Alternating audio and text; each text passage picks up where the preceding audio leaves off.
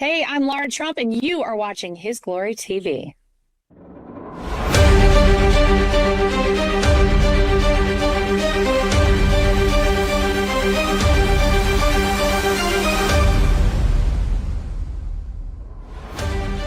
And we want to welcome all of His Glory Nation from east to west to north to south. Welcome back to another episode from CPAC. My apologies. It's been an amazing event so far, and we have another very special guest, Chris Kimball. Yes. He is a criminologist, and I call myself a conservative criminologist, almost as rare as a unicorn, because I've never met another one. There's not too many people that do what I do. Sure. Well, we just went real in depth off camera about what you do, the fact that you've crunched the numbers, you've looked at the data about crime, violent crime and crime in the United States of America. And I don't think I've heard anybody talk about what you're talking about. Can you explain kind of what you do? And well, our website is Stop Crime USA. It used to be called TOSA, but it's now we're using the new name, Stop Crime USA.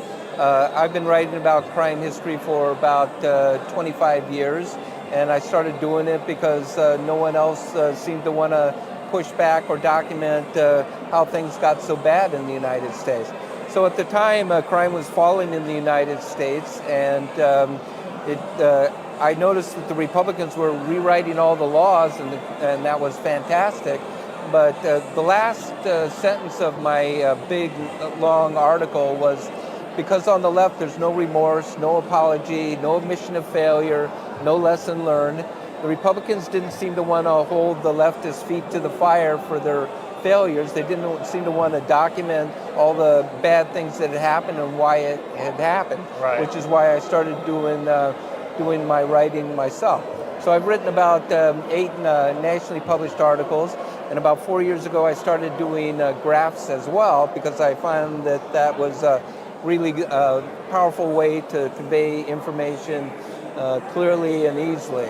So I've got today about 24 graphs altogether on the website. So we've been advertising through the National Fraternal Order of Police for a couple of years now, and they vet everything we do. They have to sign off on the graphs and the articles, and they know that this is all footnoted, hyperlinked, that this is all FBI uniform crime data. And we've done several stints with them as far as them signing off, and most recently they signed off on us being vendors at their next national convention. And I think that might have something to do with the fact that we're here at CPAC, right. That we've been vetted. And so that's what I do. I follow the data, and I work on the objective facts, try to bring the objective facts. Because I almost don't ever disagree with what a Republican says when they're running for office, but they run on slogans and platitudes. And we were just talking about a candidate who was running for office, and he had all these police endorsements, over 100 of them, several police associations as well. His campaign was "I back the badge backs me."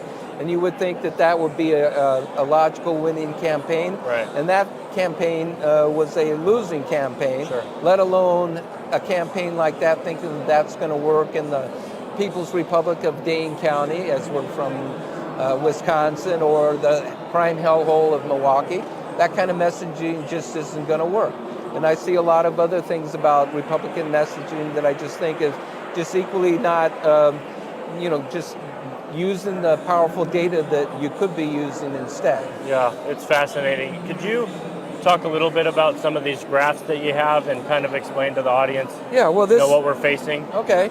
Well, I put the word deceptive on this graph, and this is a graph commonly found on the internet. It's from a group in Washington, D.C., and it's an incarceration mountain.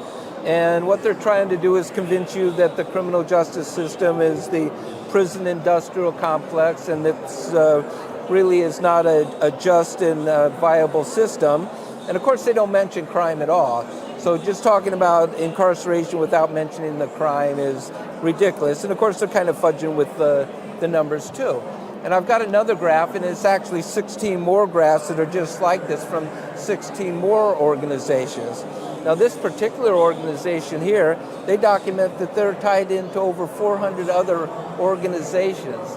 And while this group here is small with maybe a budget of about $3 million a year, these other groups, some of them are individually have annual budgets of $100 million a year. So they're outspending me by 10,000 to 1. Literally, the Democrats might be said to be pushing, spending like $1 billion or $2 billion a year on pushing this disinformation, this propaganda.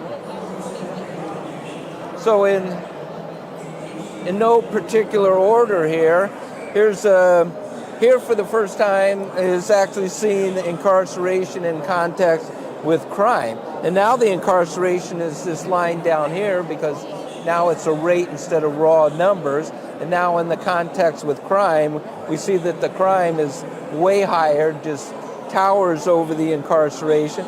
And also we see that the crime comes 20 years before, because the leftists had this insane ideology in the 1960s that they just weren't going to use prisons anymore.